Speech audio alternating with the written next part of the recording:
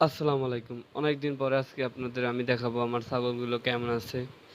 এটা হচ্ছে আমার লাস্টে যে ছাগলটা কিনলাম, এটা হচ্ছে আপনার বড় ছাগলটা। লাস্টে যে ছাগল কিনলাম এটা মাশাআল্লাহ এখন অনেক সুন্দর হয়েছে। আর এখন আব্বু চরে থেকে কাঁচা ঘাস আইনা দিতেছে, এই ঘাসগুলাই খিলাইতেছে। আর মাঝে মাঝে আপনার ভুসি দেই।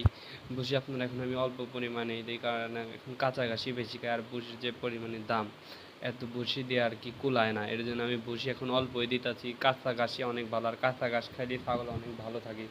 ভুসিও দিতে হয় যদি আপনার ভুসি একটু বেশি বাড়াইতে হয় যখন আপনার ছাগল একটু প্রেগনেন্ট থাকে, আর আপনার যদি বিক্রির উপযুক্ত হয় তাহলে ওই টাইমে আপনার দানাদার খাবার একটু বেশি দিতে হয়। তাহলে হয় কি আপনার গ্রোথটা ভালো হয়, আর অনেক ছাগল ভালো থাকে, তাড়াতাড়ি গ্রোথ বৃদ্ধি। আর যখন প্রেগনেন্ট থাকে, প্রেগনেন্টের 2-3 মাস আগে থেকে একটু ভালোভাবে খাবার দিতে হয়, তাহলে আপনার বাচ্চাগুলো অনেক ভালো হয় এবং মোটা তাজা হয়।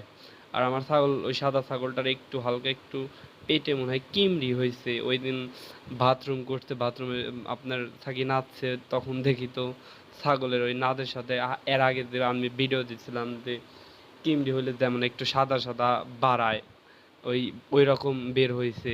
এর জন্য এখন আমি কি খিলাইবো কিছু বুঝতেছি না আপনার।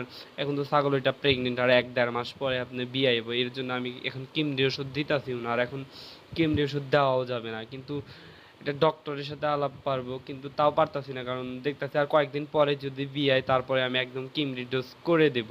তার জন্য আমি ওয়েট করতেছি। কিন্তু আপনারা যদি কেউ জানেন যে ছাগল প্রেগনেন্ট থাকলে কোনো ওষুধ, কিমড়ি ওষুধ বা অন্য কোনো উপায়ে কিমড়ি করা যায় নাকি, তাহলে আমাদের একটু প্লিজ জানাইন।